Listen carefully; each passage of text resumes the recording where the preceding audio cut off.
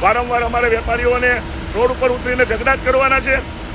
હર્ષભાઈ સંઘવી અહીંયાના deputy CM અને ગૃહમંત્રીને મારે કડક શબ્દમાં કહેવાનું કે શા માટે તમે આ સિટકો કંપનીને અને જીએચબીના ભ્રષ્ટ કોન્ટ્રાક્ટરને જેલમાં નથી ઘુસાડતા? તમારા મામા માસીના છે? આજે સુરતના ચર્ચિત વેપારી, આમને તમે સોશિયલ મીડિયા પર ઘણી બધી વખત જોયા હશે અને કહેવાય છે ને કે હવેના જમાનામાં કાચિંડા કરતા તો માણસ ફટાફટ રંગ બદલે છે.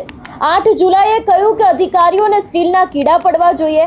9 જુલાઈએ હર્ષભાઈની બાજુમાં બેસીને ચાની ચુસ્કી મારીને કહ્યું કે તંત્ર હવે સારું કામ કરે છે અને હવે આજ ભાઈએ ફરી એક વખત રંગ બદલ્યો અને 12 જુલાઈએ ફરી વેપારીને ગુસ્સો આવ્યો તો સવાલો હર્ષ સંઘવીને પૂછ્યા. શું છે આખો આ મામલો, શું કહ્યું છે હવે આ વેપારીએ, તેની વાત આ વિડીયોમાં. નમસ્કાર, હું હંસિની અને તમે જોઈ રહ્યા છો નિર્ભય ન્યૂઝ. સુરતના વરાછા વિસ્તારના ખાડીપુરને કારણે યશ પ્લાઝા કોમ્પ્લેક્સમાં પાણી ઘૂસી જતા વેપારીઓને લાખો રૂપિયાનો માલ પલળી ગયો છે, જેના કારણે અહીં દુકાન ધરાવતા વેપારી છે એ લોકોનો ગુસ્સો ફાટી નીકળ્યો છે. સુરત મનપાના ભ્રષ્ટ અધિકારીઓને સ્ટીલના જીવડા પડવા જોઈએ તેવા શ્રાપ આપ્યા હતા. વેપારીનો આ વિડીયો વાયરલ થતા ગંભીર પડઘા પડ્યા. જો કે આ વિડીયો વાયરલ થયાના બીજા જ દિવસે વેપારી હર્ષ સંઘવી સાથે ચાની ચુસ્કી મારતા જોવા મળ્યા હતા અને કહ્યું કે 8 તારીખે જે બોલ્યા હતા તે તો ગુસ્સામાં બોલાઈ ગયું હતું. તંત્ર તો સારું કામ કરે છે ને આગળ પણ કરશે જ. સવાલ ત્યારે એ ઊભો થયો કે આ વેપારીના સૂર હર્ષભાઈને જોઈને બદલાઈ ગયા કે ખરેખર તેમને પછી તે સરકાર ઉપર વિશ્વાસ હતો? પણ હવે તો હદ વટી ગઈ છે. આ વેપારી પાછા મેદાનમાં આવ્યા અને આ વખતે અધિકારીઓની સાથે સાથે હર્ષ સંઘવીને પણ જોરદાર સવાલ કર્યા છે. સૌથી પહેલા તો તે વિડીયો ઉપર નજર કરીએ. આજરોજ તારીખ 12/7/2026 આજે સ્થળ છે એ છે યશ પ્લાઝા કોમ્પ્લેક્સ, જ્યાં અમારા લોકોનો ધંધો રોજગાર, અમારી જિંદગીભરની કમાણી આ સિટકો કંપની, સુરત મ્યુનિસિપલ કોર્પોરેશનના ભ્રષ્ટ અધિકારીઓ અને જીએચવી કંપની જેમને સિટકોએ કોન્ટ્રાક્ટ આપેલો છે એમને હિસાબે અમારી દુકાનો ડૂબી છે. આ લોકો નાક શરમ વગરના લોકો આજે અહીંયા રસ્તો બંધ કરીને બેઠા હતા. રસ્તો પાછો ખોલાવડાવેલો છે. એ લોકોને કટકે મા બેનની ગાળો દીધી, પણ આ ભ્રષ્ટ અધિકારીઓને કંઈ પડી જ નથી. અહીંયા અત્યારે એ લોકોએ સ્લેબનું કામ ચાલુ કર્યું છે. જ્યારે અહીંયા લોકો બધા સફાઈ કરી રહ્યા છે ત્યારે એ લોકોના સ્લેબનું પાણી પાછું અમારી પ્રિમાઇસીસમાં આવે છે. હાલ ડેપ્યુટી કલેક્ટરને ફોન કરીને જાણ કરી કામ રોકાવેલું છે, પરંતુ વારંવાર અમારે વેપારીઓને રોડ ઉપર ઉતરીને ઝઘડા જ કરવાના છે. હર્ષભાઈ સંઘવી અહીંયાના ડેપ્યુટી સીએમ અને ગૃહમંત્રીને મારે કડક શબ્દમાં કહેવાનું કે શા માટે તમે આ સિટકો કંપનીને અને જીએચબીના ભ્રષ્ટ કોન્ટ્રાક્ટરને જેલમાં નથી ઘુસાડતા? તમારા મામા માસીના છે? શા માટે તમે આવું કરો છો? અમને મારી નાખો.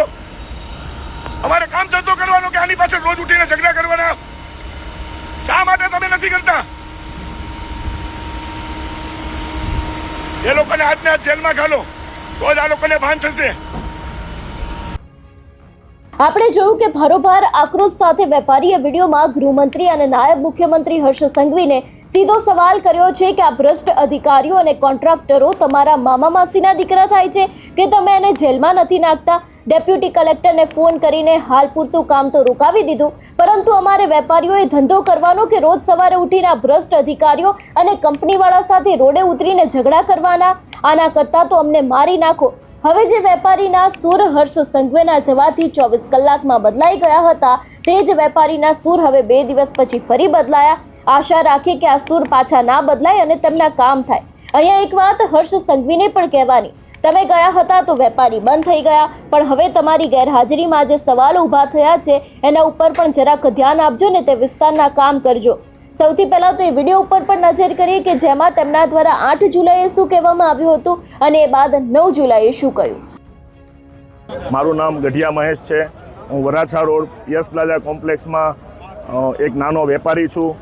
સુરત મ્યુનિસિપલ કોર્પોરેશન અને સિટકોના ભ્રષ્ટ તંત્રના હિસાબે અને ભ્રષ્ટ અધિકારીઓના હિસાબે આજે અમારું સુરત શહેરના નાના મોટા વેપારીઓને કરોડો રૂપિયાનું નુકસાન ગયેલ છે અને આ નુકસાન પાછળ ફક્ત અને ફક્ત સુરત મ્યુનિસિપલ કોર્પોરેશનના ભ્રષ્ટ અધિકારીઓ છે મારા હિસાબે.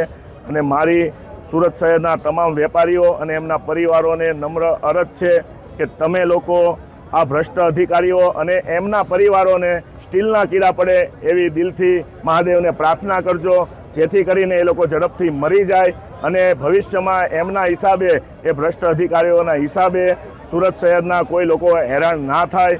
અને સુરત શહેરના ખાસ કરીને અમારા યશ પ્લાઝામાં જે આ બ્રિજ નિર્માણનું કામ જે ચાલુ છે, છેલ્લા 3 થી 6 મહિનાથી અમે લોકોને અસંખ્ય મૌખિક રજૂઆત કરી છે કે ભ્રષ્ટ અધિકારીઓ અહીંયા આવે પણ અમે ઉગ્ર રજૂઆત કરીએ તો એ લોકો વરાછા પોલીસને બોલાવી લેતા હતા અને પછી અમને લોકોને વાતોમાં લઈને કે અમે કરી દેશું, આમ છે, એસએમસી સિટકોને કહે, સિટકો એસએમસીને કરે.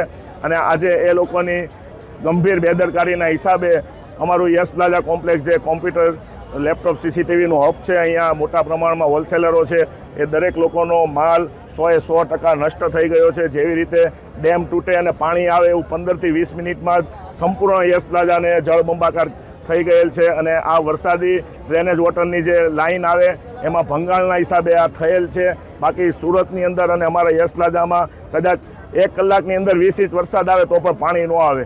તો વરસાદી ગટર લાઈન આ લોકોએ ચાલુ રાખી હોતે તો આ બ્રિજના નિર્માણના હિસાબે એ ગટરો આજે પણ તમે અહીંયા જોઈ શકો છો સીલ કરેલી છે, કારણ કે અંદરથી ભંગાણ થઈ ગયેલ છે.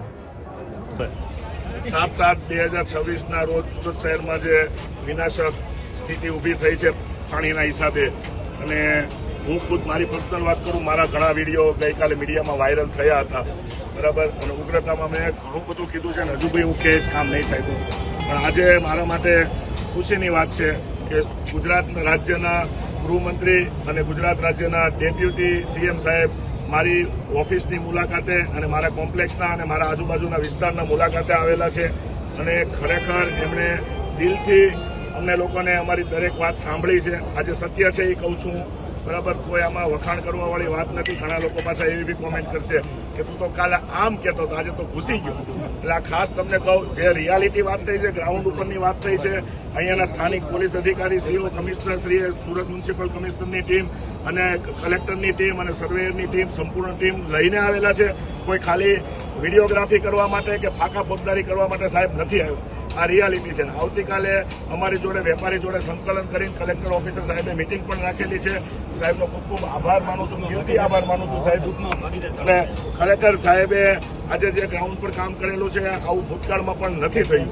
આ સત્ય હકીકત છે, કારણ કે હું તાજનો સાક્ષી છું. સુરત મારી કર્મભૂમિ ને જન્મભૂમિ છે. ખૂબ ખૂબ આભાર ફરી એકવાર સાહેબ. Thank you.